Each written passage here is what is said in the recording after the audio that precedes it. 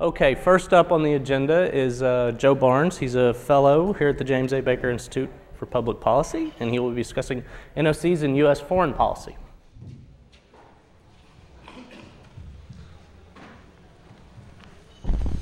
Thank you very much, and I particularly appreciate people, a somewhat thin crowd, hanging around until I fear that a large number of you merely have to be here because your flight isn't until 7:30 this evening. But I do appreciate you hanging around. I do have a paper back there. I noticed to my great shame that it's the lightest of the papers. I don't know what that says. Because it does mean I get paid less. I don't know if you know this, but Amy does believe in the board foot theory of payment. So it's actual weight of documentation that determines our pay. And this is why I drive a Honda Accord. I'd like to discuss very briefly, in very general terms, some of my very provisional findings on U.S. policy toward NOCs. I was glad to find out yesterday that somehow or other Bob Hormats had read my work and realized how good it was. No, in point of fact, I found many of the things that Hormats said yesterday to be remarkably close to my own thoughts on the issue.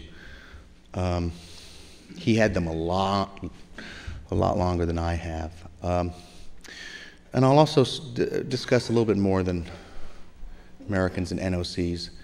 I'll discuss, at least in a very, very general sense, the extent to which our own policies, particularly domestically, undermine or reduce our credibility when we discuss the imperatives of reforming NOCs with those foreigners who don't see the light. In regards to U.S. policy toward NOCs, or IOCs for that matter, because it's a flip, it's a general subject. One of the things I did a historical survey, not somewhat extensive, and the thing that struck me most was the extent to which the United States of America, the government of the United States, has been prepared to accommodate itself to NOCs, including the creation of NOCs through nationalization, and the extent to which the government of the United States has repeatedly been willing to sacrifice the immediate needs of IOCs, including U.S. IOCs. I might add that I am no great fan of the majors, but I do think that even a little bit of reading of history indicates how false, or at least how false and misleading the sort of Michael Moore theory of conspiracy is. Again and again, the United States government has been willing to sacrifice the specific interests of American firms or general commitment to free trade for the sake of what would be perceived as higher geopolitical needs. I think we can go all the way back to the 37-38 nationalization in Mexico to see a sort of paradigm of how this happens. The United States government was not particularly delighted by this, and it roiled relations a little bit between Mexico City and Washington. Eventually there was some compensation made. But the Roosevelt administration was simply not going to make a big deal about this. And the reason was very simple. They were very aware in Washington of trouble brewing in Europe. And the last thing the Roosevelt administration wanted was bad relations with Mexico. And particularly, the last thing they wanted was a Mexico that was willing to build its ties to Nazi Germany because it had bad relations with the United States. It's a very early, but I think very, very useful example of how the United States has been willing to sacrifice those interests. It occurs routinely in the post-war years. During the Cold War, we were willing to play along with countries that had nationalized industries, American firms.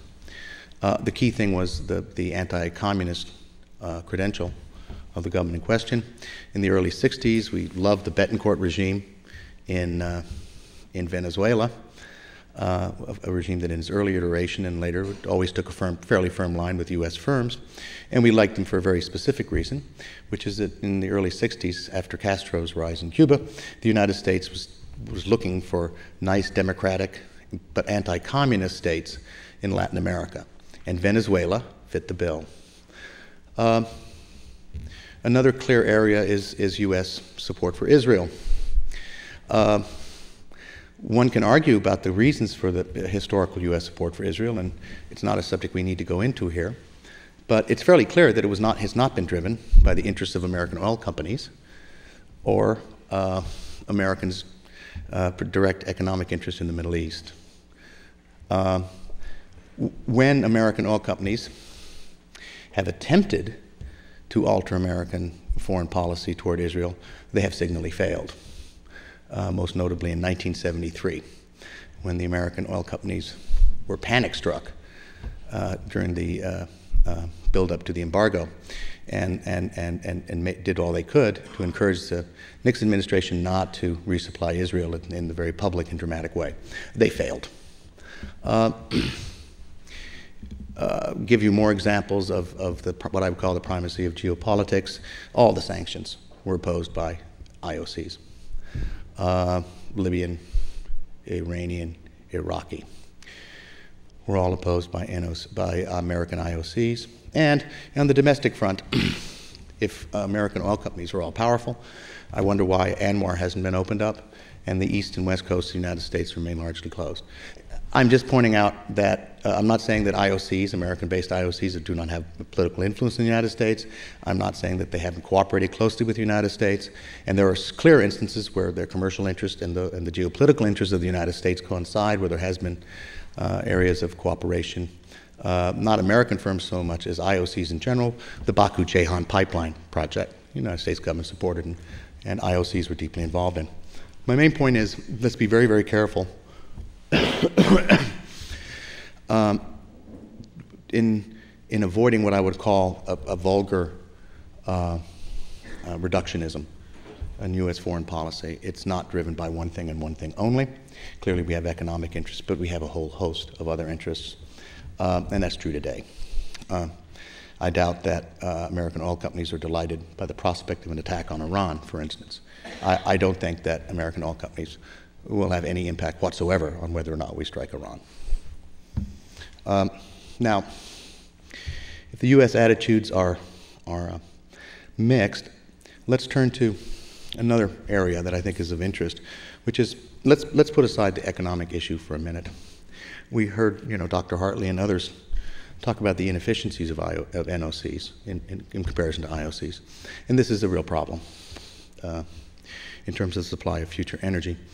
But in a geopolitical sense, nothing on the horizon suggests that the United States should be particularly concerned about the NOCs, other than the general economic sense.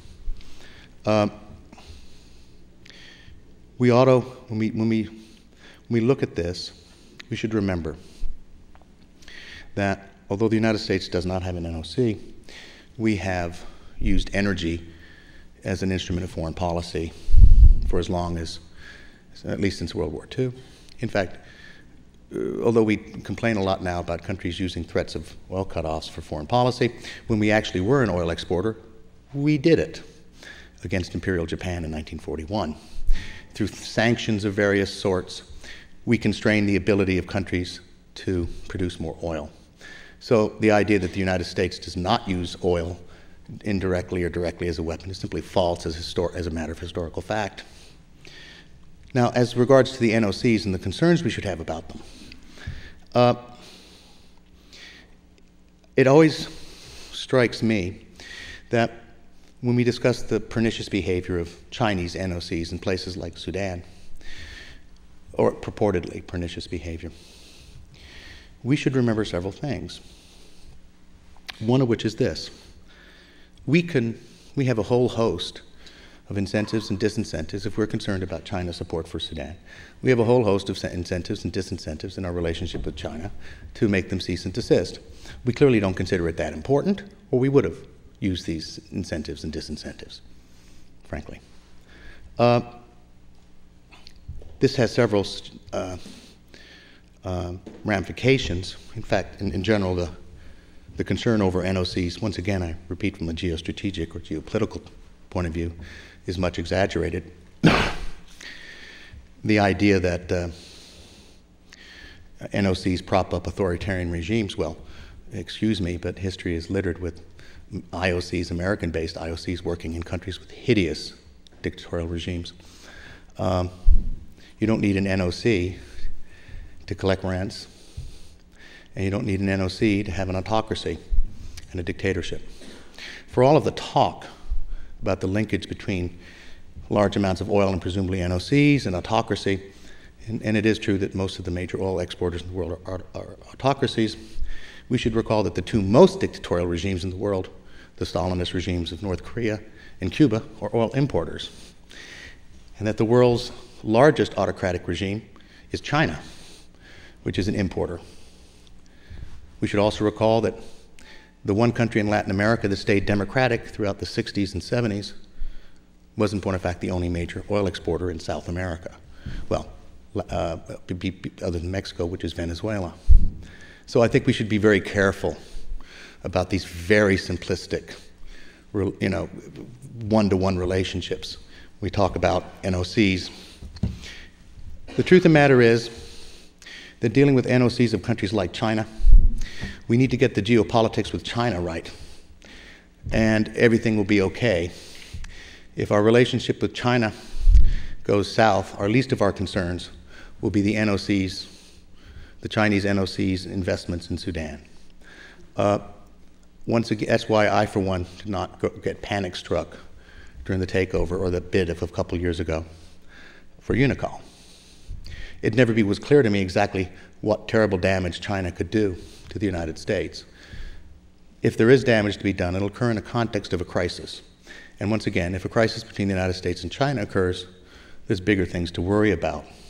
The same, I might add, is true in terms of Russia. Our concerns about the behavior of Russian companies is non-trivial, but surely must take must take a back place to our more general relationship with Russia. Go on to my final point about the several points I'd like to make. One is get the geopolitics right, and secondly,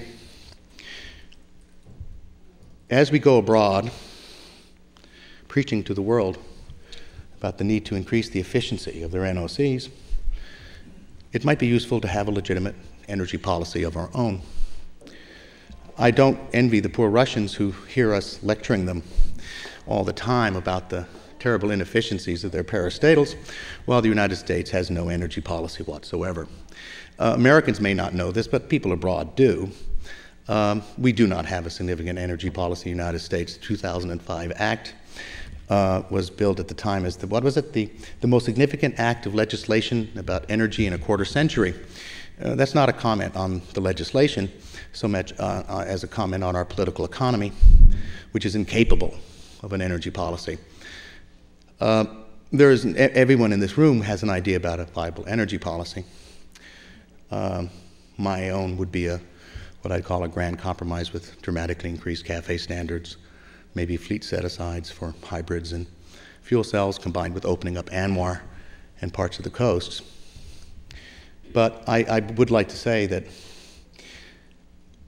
if we want to be serious about the world, getting the oil it needs, we can do a lot of things at home first before we travel abroad and tilt at the various windmills that are NOCs in various countries. Thank you.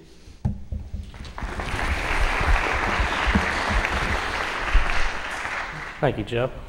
Next up is Matt Chin, also from the Baker Institute.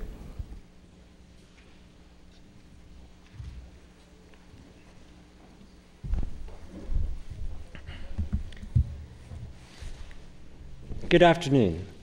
Allow me to begin by saying what an honor it is to present a few of my research findings today. I would also like to thank my colleagues from the Baker Institute and from JPEC for this opportunity. I'd like to spend the next 10 minutes or so discussing NOCs and corporate citizenship. The very term itself isn't easy to define. For my part, I like to think of corporate citizenship as a kind of continuum. On one end, in its narrowest definition, corporate citizenship is simply another term for corporate philanthropy. On the other side, however, some scholars have argued that corporate citizenship embodies not only economic, but also political, social, and environmental impacts. For simplicity, I think of it as a business's engagement with society beyond its principal economic functions, such as generating lawful returns for shareholders. Why does transnational corporate behavior matter? What roles and impacts do NOCs have within the context of international relations? And here, I do think it is important to echo Joe's points, which are very well taken. Energy companies have the opportunity to generate value for shareholders and provide the critical fuels that the world economy needs to function. They also possess the equally important chance to provide these financial and economic goods in ways that generate sustainable gains for the communities in which they operate. Too often in the past, many companies, including IOCs, operated with rather little regard for the long-term political, social, and environmental implications of their exploration and production. Today, envisioning successful E&P may mean grappling with questions of human rights, environmental stewardship, and sustainability. Indeed, a successful project overseas could entail a focus on operating responsibly as much as managing risk and generating profits. It is my belief that one of this century's most pressing questions is now, and may continue to be, how do we reconcile people's legitimate and growing need for energy in societies such as ours with the human security and sustainability requirements of people in energy-rich, often rights-poor countries? In 2006, both the UN General Assembly and the UN Security Council adopted a norm of the responsibility to protect civilian populations from mass violence, such as ethnic cleansing. As a result, in theory, if not yet in practice, the sovereignty of a nation-state may potentially be delimited under extraordinary circumstances, yet relatively few, if any, binding mechanisms exist to restrain irresponsible corporate behavior across national borders. In a 2006 report for the United Nations, Harvard professor John Ruggie wrote, under 65 cases of the worst human rights abuses reported by NGOs over the past few years, 2/3 were in the extractive sector. What else was striking? The 65 cases took place in 27 countries, of which all but 2 were low-income countries. All scored low on governance and rule of law indicators. All scored high in corruption. Clearly, there is a negative symbiosis between weak governance and the worst corporate human rights abuses. Well, all of us know about Enron, and the United States is surely an example of other corporate problems.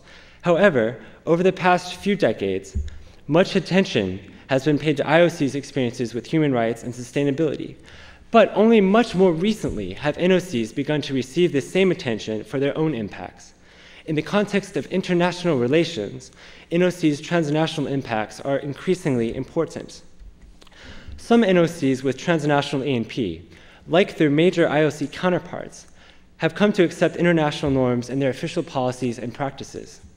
Furthermore, many IOCs have shaped the development of voluntary initiatives for self-regulation in the oil and gas sector. These initiatives include, for example, the UN Global Compact and the Extractive Industries Transparency Initiative. Taking note of the creation of these nascent forms of international voluntary governance, I decided to look at a few NOCs that focus significant E&P activity outside their home countries. Beginning with Statoil, I sought to understand to what extent NOCs adhere to corporate citizenship norms and actively respect them abroad. Now, why is it worth looking at NOCs abroad? I argue that the interaction between energy, international conflict, and security is all around us. CNPC's major investments in Sudan, as well as China's overall legitimate energy security needs, have hindered resolution of the Darfur conflict, in which over 2 million people have been displaced and no fewer than 200,000 have been killed, possibly many more. Indian and Chinese competition for oil and gas in Burma have complicated efforts to increase democracy almost 20 years after Burma's democratically elected parliament was prevented from taking office. And whatever you think of Hugo Chavez, PDVSA's profits have been a crucial enabler of his Bolivarian revolution and Citgo Petroleum's low-income heating oil program in the northeastern United States. Chavez is only one example of a leader who, backed by petrodollars, has looked for a larger stage than his or her own country. Environmental issues are also relevant. Brazil's Petrobras encountered not insignificant opposition when it tried to drill in Ecuador's Yasuni National Park, which is also called a United Nations Biosphere Reserve. Indigenous groups from around Ecuador and scientists from around the world registered their opposition to Petrobras's plan, which included drilling a road into this park, and environmentalists claimed that it would create very significant adverse ecological impacts. For NOCs like China's and India's, which serve significant national and energy security purposes, it remains to be seen how well legitimate energy demand can be reconciled with arguments for responsible corporate behavior, especially in troubled countries like Sudan, like Burma. These, however, are the more extreme examples. The domestic political economic situations in countries like Azerbaijan and Nigeria have led energy companies to pursue a variety of approaches to address complex issues such as corruption, transparency, and political openness. These approaches include, for example, programs to support sustainable economic development among local communities, humanitarian welfare activities such as drilling water wells or building hospitals, and the publishing of company revenue payments to host governments. These approaches vary widely in terms of success. Yet, in most cases, IOCs and NOCs have much to learn from each other. Dialogue is critical. Dialogue matters not only for an improved international environment in which energy companies support basic norms of business behavior, but also that successful methodologies be shared by all. Knowledge is a force multiplier. Corporations' participation in initiatives such as the Global Compact and EITI represent important steps forward. The business community has a right to make its voices heard in this debate. More and more oil companies do seem to understand that conflict which threatens personnel and assets cannot always be addressed by a traditional security focus, or indeed by creating community assistance programs that are unmoored from local needs, local expertise, and local grievances. Energy companies interested in sustainable development ought to consider partnering with qualified NGOs and using both local and international knowledge. And here the experience of Statoil is extremely relevant. In October 2006, John Ruggie commented that one way forward may be creatively looking at a blend of voluntary and binding measures rather than only one or the other. In part, this blended solution may be preferable because the scope of the problem is vast. In a world of breathtaking change, as well as high energy intensity, energy companies stand to benefit by backing international standards that apply across the sector. In closing, energy-consuming countries, such as the United States, China, and Japan, stand to benefit by working together on clean, new energy technologies and by improving the efficiency of conventional fuel. Along similar lines, I believe that a dialogue with transnational NOCs ought to be launched by NOC holding governments in conjunction with leading NOCs like CNOOC, Petrobras, and Statoil, backed by the OECD to foster a climate of proactive conversation. The United States would do well to support such an initiative. Conflict prevention, not simply conflict mitigation, should become part and parcel of US energy strategy. It is not enough for the United States to criticize other countries' energy strategies. America should work multilaterally to develop better mechanisms to cope with conflicts over the management of energy resources. It is my hope that dialogue about corporate citizenship and transnational NOCs may work towards responsible international standards for the energy sector. These standards should be designed to meet companies' operational needs while respecting the human security requirements of individuals who currently benefit least from energy extraction in their countries. Thank you very much.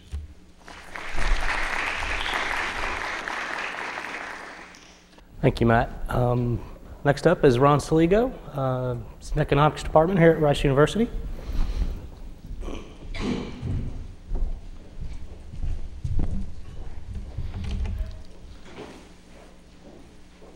It's been a long day. It's late Friday afternoon. I've noticed the TV cameras and was wondering if they were filming an episode for that TV series called Survivor.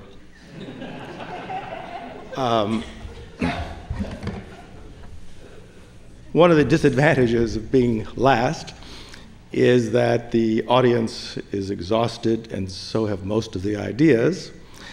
A great deal of what I'm going to say you've actually already heard today, especially that discussion this morning from the person from Mr. Longford, Mr. Longford. This paper is about the IOCs and how their sort of behavior in the last few years. What do I do? Oh. Okay. We've focused on 5 of the IOCs, dictated primarily by the fact that they all have a very large American presence, and also because they have a long-term time series of filings with the SEC, so we could get some data. We also looked at the 20 next largest companies in the US, and I just presented a little table there to indicate the relative magnitudes of these big 5 versus the next 20. As you can see, there's quite a gap between them in terms of whatever measure you want to use. Well, this is a story that you're all familiar with. Profits of these companies have been rising very dramatically over the last few years. For the big 5, a 4-fold increase since roughly 2002, 7-fold increase by the next 20. These 2 graphs show the expenditures of these companies for various categories of things like share buybacks, dividends, exploration, development, and acquisitions. The interesting thing about the top diagram for the big 5, of course, is that blue line, the share buybacks or share repurchases. It's just absolutely soared since 2003. You see a similar experience for the next 20, but it's not, just a little slower in picking up momentum and not quite as dramatic. Another thing to look at is dividend behavior, which is the pink line. Dividends, of course, have been rising, quite robust relative to other expenditures for the big 5, rather modest for the next 20. And I'll show another picture which gives you a little bit more of magnitude on these later on. And finally, the other really interesting curve, of course, is exploration, where the exploration line, the yellow line for the big 5, is flat. But it has been increasing for the next 20s. And again, I'll show you a different picture which gives this a little bit more perspective. The buybacks and the dividends for the big 5 is in the purple color there, net income in blue. Roughly 62% now of net income, or put it this way, buybacks and dividend payouts are now count or equal to about 62% of the net income of the big guys. For the next 20, I don't have a slide for that, was around like 46%. But actually, if you looked at the next 10, not the biggest of the biggest 10 of that 20, it was down even to like 40% net income, percent of the net income in repurchases and dividends. Here is a better picture of the exploration outlays. As you can see, for the big 5, it's the pink line, pretty flat, a little bit of increase on the end. I should emphasize, of course, that these are nominal dollars here, that we're not adjusting for inflation, so that in real terms, that's going down. The blue line is the next 20 largest, of which the 10 largest of those is the yellow line. As you can see, they really count for most of that group. Well, here's a picture you've seen this morning talking about these expenses. This actually is an index of extraction prices, but because it had a nice long time series to it. But if you looked at a price index of exploration expenditures, it has a very similar pattern. Flat there for a while and just taking off like crazy in the current period. You've also seen this morning, reserve replacements, Big Five, the pink line, firms are not replacing reserves. The next 20 are doing somewhat better, although near the end there, they're faltering a bit too. Well, there's lots of reasons, and I'm sure you've heard all these about why the big companies have not been, are paying out so much of their money in the form of dividends and share buybacks and not reinvesting them in exploration. Obviously the one, no good prospects, especially for the large areas where the big companies have a comparative advantage. That might explain part of the difference between the Big Five and the next 20. The next 20 obviously have advantage in a smaller acreage, and that more of those opportunities are available. Conservative investment policy, is the price going to go up? We've had cycles before, and I don't think anybody a few years ago thought the prices would stay up as high as they have been and for as long as they have been. So that's one explanation.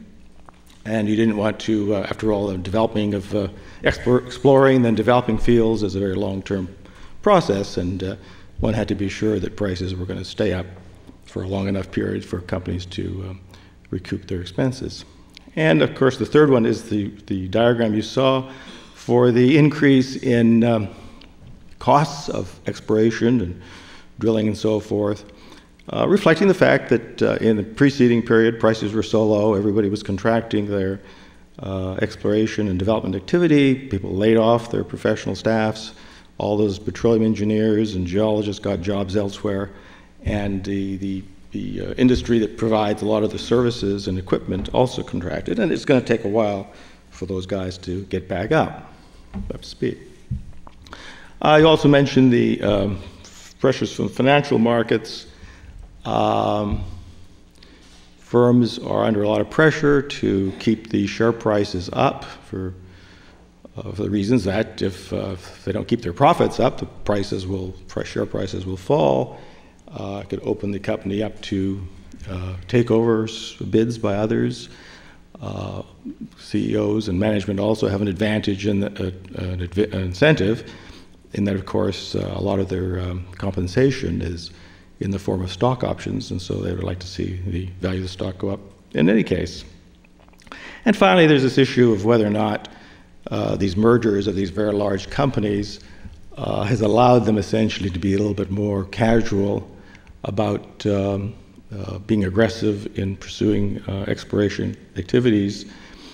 If you have a larger number of firms, each firm is under pressure to make sure that it engages in robust exploration activity, at least it lose out on acreage to its competitors. But as you get down to a smaller and smaller number, that competitive pressure would be reduced. Well, let me just sort of get towards the end here and talk about the two views of the IOCs.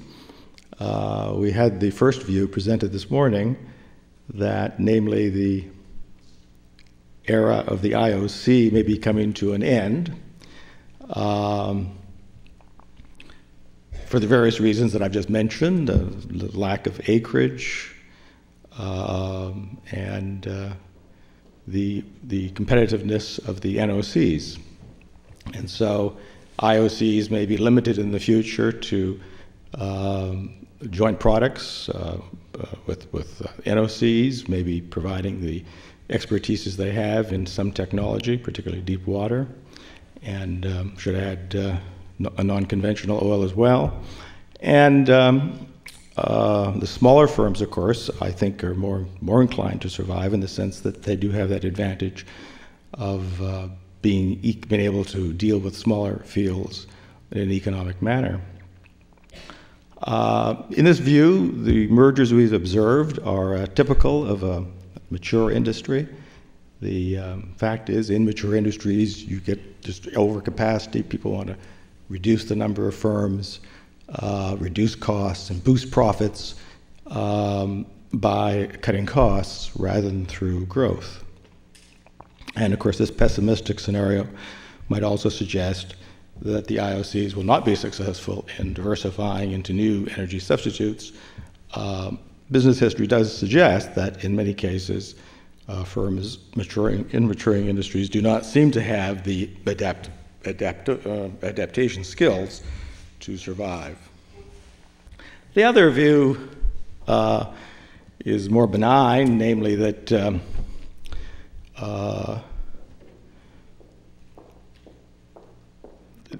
after all, we did emerge from that period in the late 90s when prices were extremely low, and what the companies did made a lot of sense. Cut back on exploration and shift money to paying dividends and buying back stock. And there's certainly, as I said before, you can't blame the companies for being too conservative on the price forecast, since most of us would not have predicted the path of prices that occurred either. I think before we count the IOCs out, I think it's always useful to remember that we've been here before. Prices of oil rise, prices of oil fall. It wasn't so long ago when prices were $10 a barrel and people were talking about how many countries with oil needed the large IOCs because they had the capital as well as the expertise to develop those resources. People were talking about IOCs going to Russia. Certainly in Venezuela, the IOCs had a growing role. To some extent, this whole new emphasis reflects the fact that prices are very high, and so the NOCs don't really feel that they need anything that the IOCs can provide. But that may change, and if you look at past history, you've got to say that prices are going to come down at some point. Somebody mentioned this morning the fact that these NOCs can now get capital on very attractive terms, very low costs, because of the fall in the risk premiums that are charged to foreign companies. And I thought that was kind of coincidental that he would say that as I was reading the piece in the New York Times today by Krugman, who was talking about risk premiums being, people being overly optimistic and the risk premiums being way below their equilibrium levels. And I think the jolt in the stock market this week may cause people to reevaluate risk premiums. And it's good to remember that back in the 90s, everybody was very enthusiastic about emerging market companies, and there was a big surge in purchases of those firms, investments which turned out very bad. So again, I think it's always useful not to project what's going on right now, and I think that's going to continue. It seems to me the IOCs will have a permanent, at least for the time being, an advantage in having lower cost capital than these companies based in these other countries. The current situation notwithstanding. So anyways, basically I wanted to argue that what we may be viewing here is just a phenomenon that's occurring for a few years and could very easily change if prices were to fall, if these risk premiums were to rise. And even if not, I think the point that needed to be made this morning, which was not, and that is there's really two kinds of NOCs. There's the NOCs which are resource rich, like Saudi Arabia or Saudi Aramco or Pemex, where but those companies are not overseas. They're just developing their own natural resources. The IOCs would be competing with NOCs like Petrobras and the Chinese companies, which really don't have huge domestic resources. And it's not clear to me that in that competition that the IOCs are going to lose. I mean, I don't see why you would presume at this point that in that competition, in exploiting oil deposits in third countries, that somehow or other they're going to lose out. Well, I see my card. Let me just make my last little slide then quickly, because should there be, is there any national interest in having IOCs? No, I think that point's been made. Should the government care about the size of IOC? Should we worry about antitrust issues? I don't think so. And should we have an NOC? No. Thank you, Ron.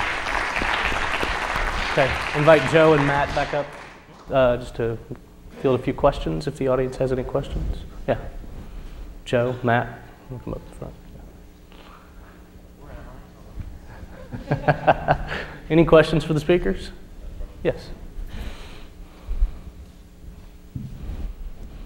I'd like your opinion on the potential risk of oil losing its fungibility, as we see with Venezuela offering cheap oil to certain countries, as you see the Chinese NOCs putting in very aggressive bids on capturing resource to control it. Do you see a risk of that, say 10, 20 years in the future, where you don't have a fungible oil market and you have dedicated crude going to the owners of the crude? Well, yeah, all my 3 no's were predicated on the fact that we do have a global oil market, and I think it's going to be around for a while. I think Joe mentioned earlier that if the global oil market collapses, we probably have other more serious problems than to worry about oil. But that's something that people bring up. People, of course, have defended all kinds of protectionist policies on the basis of national security and national defense all the time. It's hard to say. It would be like turning back the clock. I always, I hear these, I understand the concerns, but it never strikes me everybody to see how it works out. I never see how the mechanism works. The crisis occurs, the price of oil goes to $150 a barrel. So there's a crisis between Beijing and the United States. The United States has 13 aircraft carriers, the Chinese have 1. The Sunnis decide that they're going to send oil to China below world price. Right? That's what you mean, right? In other words, the Sunnis decide they're not going to get $150 a barrel. They're going to send it to China for less. I don't see that. And in 90, and I think the Chinese are making a grave mistake here. I think that they are really, I always want to tell the Chinese to say, read about the Shah. Read about after 1970. Where's our Iran expert here? So he's still here. Here's a man we put on the throne, our best friend in the Middle East, client of the United States, and he was the biggest OPEC price hawk you could find. Well, he didn't help us in the 70s. So I'm not dismissing these concerns, but I never can quite see how they play out in a realistic way. Well, Joe, let me just give you one counterexample, because it does happen in the 1930s, right? And also worse in 1914. Right. Right before 14, again, the period of global capitalism came crashing down, and the really crashed. So it has happened before. So as long as the United States controls the sea lanes, for instance, which is what the United States control in the future, owning resources in Sudan and Iran don't help China in the prices. Right? They can't get it. How do you explain the very aggressive bids? I think a lot of people, they're sitting on an avalanche of money. I think they're looking for ways to spread it, and I think that they belong to, I think there's a lot of people that have a very sort of old-fashioned status. If we have to own resource sort of stuff, I think they're wrong. People in the, again, sort of, in the 70s, there was that rush to have a national oil company in Iraq. Really sort of casualties started in 1975, right? They were worried about the fact that counted in that import. So they had to have this national company. Because all of this currently failed, because we had this trend towards more free market, global market. It really also depends on what you think the trend is going to be. If you think about, there was this thing called the Aramco Advantage, right? We had 4 American companies had this guaranteed access to Saudi crude, and they got a certain pricing formula, and for years it was an advantage because they got a $2 margin or something. And then when it happened in '84, as the North Sea started to come online, it actually cost them more money to buy that oil because they were forced to pay the fixed price minus the $2, and the spot market went below the $2. What wound up happening is Exxon went from buying 1 million barrels a day to buying 50,000 barrels a day, and they basically reached their contract, right? So, you know, it's you have to think about a situation in war where there's no way for the oil. I'm the oil supplier. I'm Charlie, right? And he has. I mean, it was presented. He is selling oil to South America, right, to protect his Bolivarian revolution at lower revenue than he would get if he just sold it here. But you know, what are the chances that the whole global market's going to function that way, right? I mean, in a war, people are going to go with their army, and they're going to produce the oil and send it where they need to, right? We saw that in World War II. There's another point too, which is that Chavez is selling oil to those countries that don't have to buy it from someone else. And therefore, who would have sold it to them has that oil to export the rest of the world market. So, but of course, insofar as he's selling at a lower price, demand in those countries is slightly higher. Yeah. Therefore, the world demand is slightly higher, but it's going to be pretty trivial effect. Well, I also, you know, I know it's terrible thing to say, but you know, the Chinese should be doing us favors today. Right? That's not all that we like to do. Yes. In fact, we don't want that. We're doing everything we can to make sure the price of oil is higher. At least in terms of marginal oil from Sudan. I mean, I don't tell people, you know, we have a million policies out there. The effective which is to drive the price higher. The Sunnis are doing us a favor. Meaning the Chinese are doing us a favor by putting oil on the market we wouldn't otherwise do. And on the margin, reducing the price. Yes. And insofar as the subsidized price, poor Chinese are subsidizing me and you driving. Right? Here, like, Mr. Gao has a point to add, actually.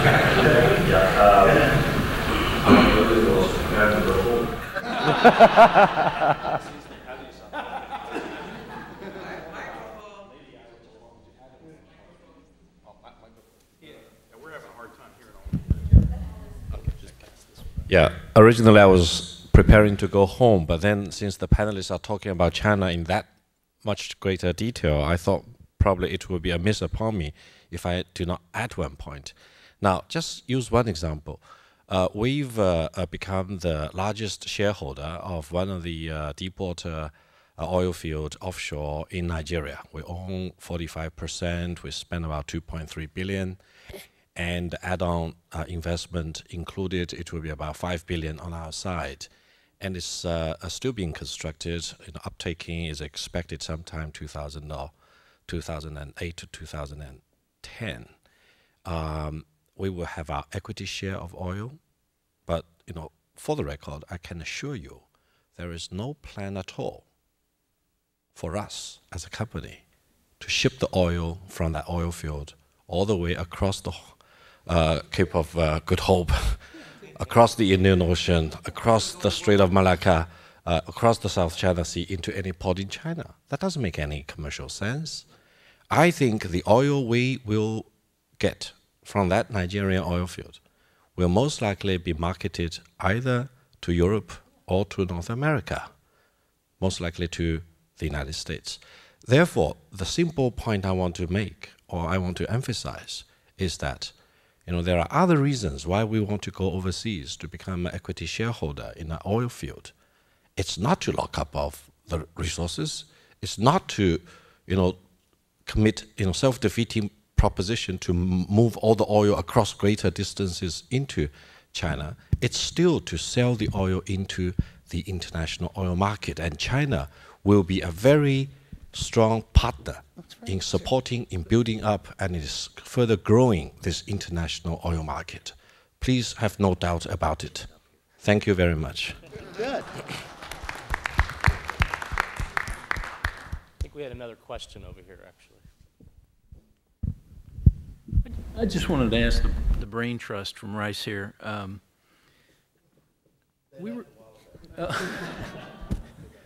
they're off with the cookies. A couple years ago, we had a energy conference with nanotechnology, and we talked about the life cycle the societies. What's going to be the catalyst? What do we need to do to get us going? Matt, you kind of raised an issue. As a society, do we pressure legislation to raise the bar, to push us? In the meantime, are we not transferring our wealth abroad? So shouldn't we be finding a restriction to keep it here, to innovate and lead on to the next generation of energy? I'm probably going to defer to Amy and to Joe on the specifics of the response, but I do think that it's widely known that energy spending on science has gone down and that much more needs to be done to support energy research and energy science funding in a time when the price of oil changes, when the prospect for new energy technology still seems far away. Of course, we need to rely on the market, but sometimes the government may have a legitimate role to play in ensuring that a baseline can be set for companies that produce new technology, that want to provide new innovation. I think government does have a legitimate role there, but I want to defer to Joe. I will say one thing, and it's a sort of it's a very heterodox thing to say at a conference like this, but you know, governments tend to act best in response to a crisis or a very unendurable set of circumstances that compel some sort of action. Will people tell me, do you see an energy crisis in the United States? Does anybody notice a dramatic collapse in our macroeconomic data because of energy price increases? We may have some problems coming up there, but most people seem to believe they have to do with things like real estate bubbles and credit overextension. I mean, we had a growth rate of what, 3.5%, and yeah. Yeah, but I'm just pointing out, tell me the crisis we're having today. The economy is quite healthy, and the world economy is actually was 4.9% the year before last, and it's 5.1% last year. I mean, I'm not saying that the current high oil prices have not had an impact, but you know, if you would have come to me 5 years ago and would have said, this is going to be the price of oil for this long a period of time, and I would have said the economy is doing grand, I would have been surprised. Now, these people, our economists, of course, would have been right, because economists are always right. Yeah. There's actually, I guess this isn't on anymore, but you got it on now? Okay. There's actually a lot to be said about that issue, and I don't know if this is the forum to bring it all to the table, but there's a lot of things that have happened in the United States since the 1970s. Namely, we've moved to this more post-industrial phase of development where energy intensity is much lower. Oil is not quite as important to industrial activity as it was back then. And when you put these things into the equation, you start to realize very quickly that oil prices shouldn't necessarily have to rise much higher than they did in the 70s to have the same sort of impact that they did in the 70s. So I'll sort of leave it there, but there's a lot more to be said, I think.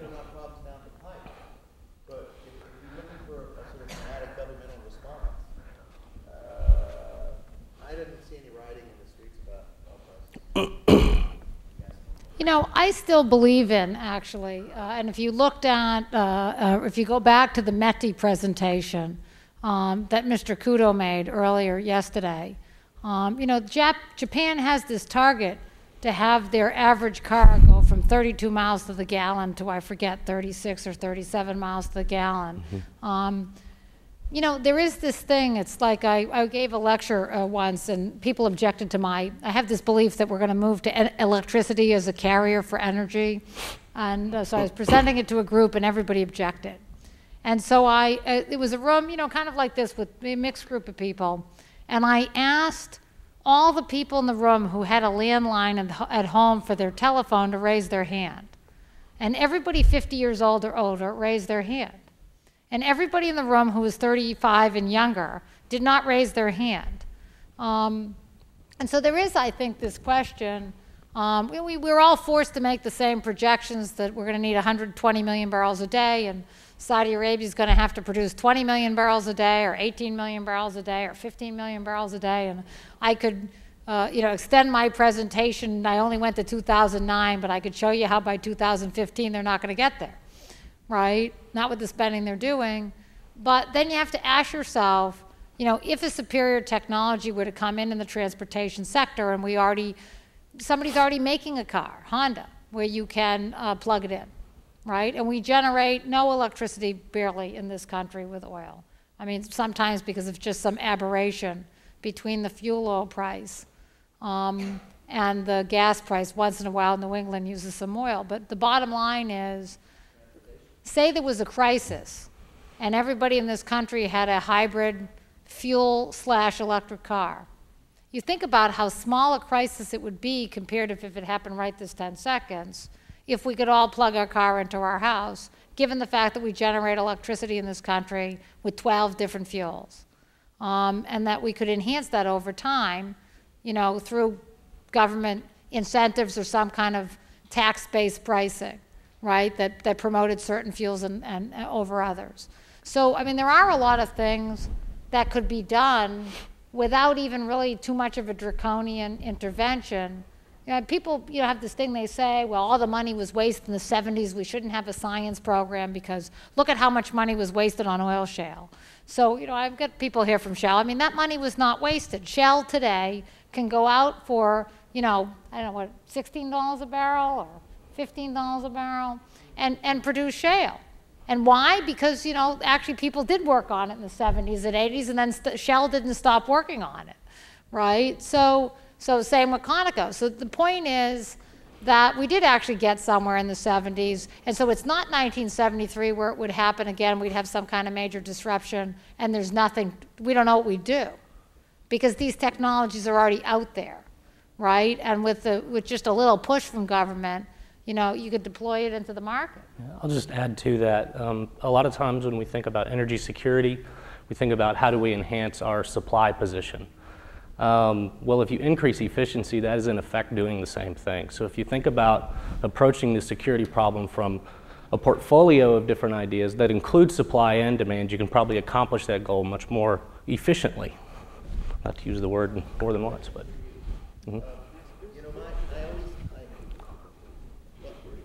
I have a question for him, and real quick, which is, I always talked about cafe standards and stuff like that, but I gather, would you, if you were God,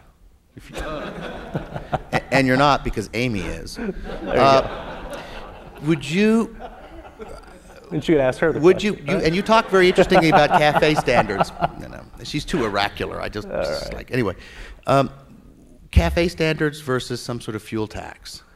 Most economists would come down with some sort of taxation system as being more efficient. What about you? That's a political death knell. That's why I tend to be for cafe rather than taxes. I don't need that. I've got this.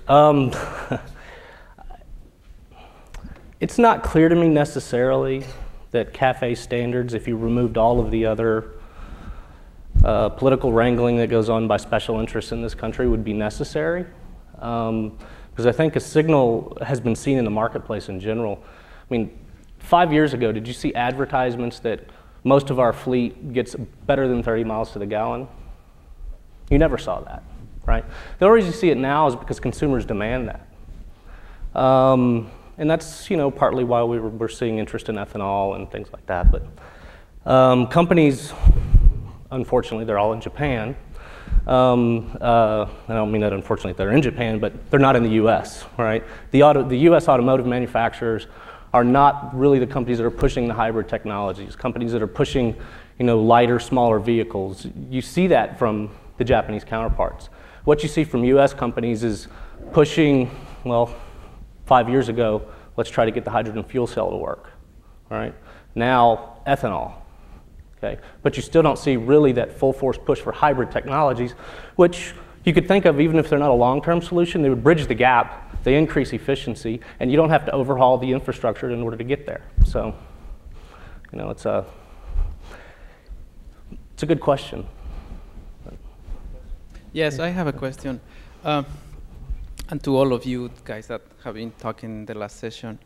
My idea from listening yesterday, some people from the private sector or the NOCs firms too, and all that we presented, it seems that from the business point of view, they are completely convinced that NOCs have to survive or to live with IOCs, and that there's not too much a problem there. But of course, we know that there are some governments and some politicians that seem to have this idea very clear for some reasons.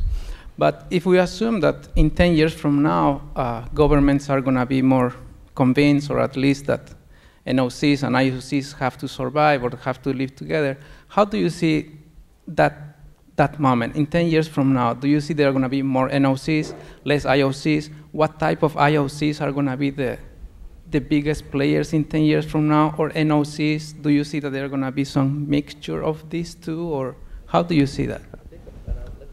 I really think a lot will be determined by the price.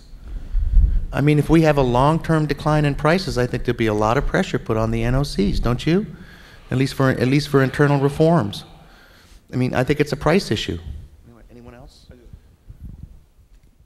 Yeah, also I think some of the papers show that a lot of these NOCs eventually evolve into privatized firms, and one could see, I could imagine that process will continue, not everywhere, of course, but in some places, and you may actually then see mergers between these newly privatized NOCs and some of the existing IOCs. I mean, Repsol YPF. I mean, I think it's a really interesting example is Repsol YPF. So we don't think of Repsol and YPF as being the merger between, I guess Repsol was originally an NOC too, but I mean, by the time Repsol merged with the YPF, Repsol was a commercial major and YPF was an NOC. And at the time that happened, we didn't think of that as being a radical trend. So when you sit around and think about, geez, could see an NOC merge with Chevron, to be politically incorrect, right? I mean, there could be a time in a different kind of political climate where that could just happen and no one would even notice. I mean, one of the things that I thought about in even just discussing this idea of upstream, downstream swaps, which used to be talked about in the 80s and then kind of died as an idea and looks like something that could sort of come back to the fore. I mean, you have to remember when Saudi Arabia bought half of Texaco, there was not even a congressional hearing about it. I mean, it was announced in the paper that they were going to buy it. Everybody said, oh, great, security of supply. And that was it. It passed. Nobody even, I don't even think, I mean, probably there was some regulator who looked at it, but I mean, it didn't even make the news, right? Whereas I think if, maybe something like that, somebody tried to do that today, it would get a lot of debate. And so, Nelson, you really are pointing out, it's kind of like, what is the political climate? And I think it really kind of depends on, what kind of global future do we have in terms of whether we're in sort of a situation of like global conflict. Are we having tension between nations or not? And, what's the global setting? Because we've had these sort of big acquisitions in the past, and timing can make a really big difference. Are there any other questions? We sort of moved into general comments, I think, a little bit. Does somebody else have a general comment from the audience? Amy, I was thinking about, it seems to me that there's been a kind of elephant in the room that hasn't been talked about enough, that it could be the subject of some future inquiry, and that is, it seems to me that the regulatory and the institutional setup of the regulatory environment in which the oil companies operate is as much a competitive factor or a factor that affects the efficiency of capital as anything else. And it seems to me that if we were to think of two categories, oil company or NOCs that are self-regulated and all others, then the number of oil companies that fall into the all others, that is, there's some external regulatory authority, you'd have Brazil, and you'd have Norway, and you'd have Canada, and Great Britain, I guess, and I don't know who else. And all of the other 200 or 300 national oil companies are self-regulated. That was my question, and it seems to me that that might enter into our thinking here. actually, I think we kind of addressed that point in the study.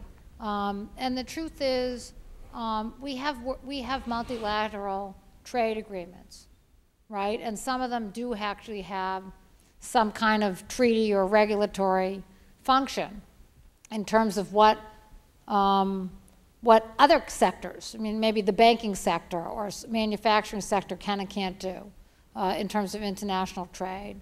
And I don't think the United States has really taken a big leadership role in trying to think about, you know, how would one systematically try to apply that in the oil sector, and what would the benefits be if you could do it.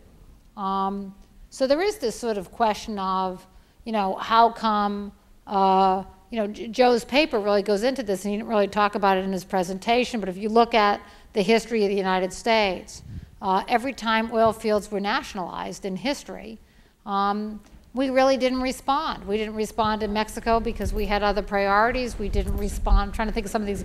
Yeah, Saudi Arabia. I mean, each time there was some other prerogative of U.S. strategic policy that was more important than the nationalization issue.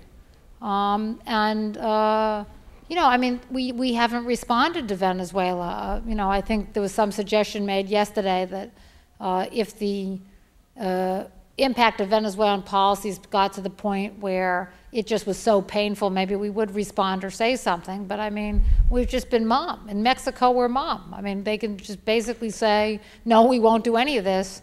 And yes, we don't care if it affects the United States. But I think even between the United States and Mexico, there's going to be a moment in time when the Mexican government's going to want to stand up and say, you're capturing too much oil across a line. And we want to talk about it. And at that moment in time, I can tell you, because I'm just thinking, you know, nationally, I mean, no politician in the United States is going to stand up and say an oil company can't drill on our side of the line. No one's ever going to say that here. And so the Mexicans are going to have to come to grips with some kind of dialogue with the United States about what that means for the reform of their sector, right? So, and that's going to become a really big trade issue. I mean, we've managed it very well. And Pemex has managed it very well inside Mexico, but you could see that that could become actually a major challenge. You know, maybe a challenge as large as the immigration challenge, if it would become a public issue on both sides of the border. So, so we really need to actually address these things through trade, whether it's bilateral treaties or multilateral treaties. We really have just made this special exception all the time.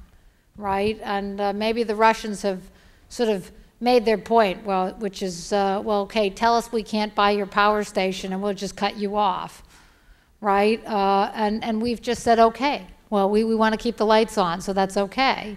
And maybe it's not okay, right? And I do think that there needs to be sort of more careful thinking about, you know, what's the strategic impact about where we draw the line in trade and what kind of mechanisms we use for trade. And Joe mentioned, even in talking about the US-China relationship, that we have these other aspects of the relationship that are just much more important than some of these other questions. And the point is that's a lever, right? I mean after Dick Cheney last year had a fit about Russia's terrible treatment of the Ukraine, which is the terrible treatment was to ask the Ukrainians or make the Ukrainians pay the world price. That was mean of me, I shouldn't say that, but it's something that's forgotten a lot, by the way, in the discussion, is the bottom line was a Russian subsidy, okay? You know, there was all this, remember the little rant, Cheney rant last year? Well then, after that, we winked our eye on WTO, right? It's clear what the priority, I mean, these are complex, and maybe the existence of Pemex, given the whole myriad of US-Russian relations, maybe Pemex is something that, if that's a deal breaker, the deal's good without it. Good Lord, we tell people there's deal breakers in trade negotiations all the time. Remember the Doha round that fell in part because we wouldn't stop subsidies to 12 US cotton growers? In other words, you know, we're not, you know, there are deal breakers on our side too. I'm not saying in any given instance, but there are we have a lot of relations with Russia. There's a lot of issues that have to do with NATO, that have to do with the whole you know, the relation of Ukraine to NATO, the relation of Ukraine to the EU, a million issues, and maybe turning off the lights for a while is just not big enough to muddy the waters. Anyway, there. Does anybody else has it? Yes. Please come to the microphone. Thank you. This morning we have discussions about the notions that NOC will about to overtake IOC. Probably that's the thesis underlying that is because we have sufficient liquidity in the market for NOC to compete with IOC. The questions to the floor is whether the world market has sufficient elasticity to sustain the high price market in the future. If not, the real question is whether the energy security that's driven by the high price, or probably the real question is whether we have sufficient capacity to efficiently produce if the price were to drop. I think what you're asking is a question regarding the inelasticity of demand. Will demand continue to grow unabated even with high prices, and will that therefore support this wave of nationalization? There's something that's important to remember. There's a short-run effect from a price increase, and there's a long-run effect from a price increase. And I've quoted this statistic many times in different events here at the Baker Institute and other places, but one of the long-run impacts of the oil price increases of the 70s in the US was the effect it had on automotive fuel efficiency. In the near term, you could see a distinct decline in gasoline consumption on the heels of the first and second oil shocks, but that was really related to the amount that people were driving, so utilization responded. But longer term, there was this really profound increase in fuel efficiency. That's because when people saw that higher prices really affected their activities, they wanted to somehow be able to, even if prices were high, maintain the same level of activity at the same cost. Okay? And the way you do that is you increase efficiency. And so what you saw in the United States from 1975 to 1990, the average fuel efficiency for an on-road vehicle went from 12 miles to the gallon to 20 miles to the gallon. So it's a pretty substantial increase. And subsequently, or as a result of that, motor fuel consumption from 1978 to 1990 was flat in the US. You add into that there were more cars on the road and people on average were driving more miles. That's pretty amazing. So if we have a similar sort of long-run impact from the current price environment, then you'll see price pressure subside quite substantially. So, yeah. Any other comments? Nobody? It's 5 o'clock. There you go. Okay, well, you have been the most punctual crowd I have ever worked with. Every coffee break's on time. Before we even call them in, they're back in their seats. Right? Well, listen, it has been... I'm very worried about any organization where the trains run on time. Right, right. Well, it has really been a pleasure visiting with you all the last 2 days and talking about this study. We will definitely take all the comments and insights into account in preparing the final study. I want to encourage you all. Sometimes people don't like to stand up and say, you have that fact wrong. So if we have a fact wrong, please email us. That was the purpose of the conference. We really want to know. We're waiting to hear from all the national oil companies after they go fine-tooth through our papers to say, there's a typo here, or we're not really doing investments for that reason. That's really the design of, it's why we don't print it out as a book and hand it out until after we've presented it. So we really appreciate your coming. It's been really a very interesting and mind-opening experience. We're thinking about where I'm going to go home, and while I'm watching TV tonight, I'm going to be thinking about whether Tom Langford's right and the NOCs are going to take over the IOCs. It's kind of an interesting thing, and I'm going to be worrying about whether or not the Pentagon's going to keep calling me about whether we need to have an American NOC. I think we raised just some really interesting issues about the future of the industry and what it's going to mean as the NOCs really come into their prime, so to speak, of really commercializing and internationalizing their operations. So I thank you all. We'll see you again soon at another event. We have many more things planned for the rest of the year in our Energy Forum. Thanks again to our sponsors, JPEC, and to Accenture for sponsoring the study and for our conference sponsors. And we also appreciate all our guests that traveled in from abroad and managed to stay awake for 2 days of intensive conversation. So thank you very much.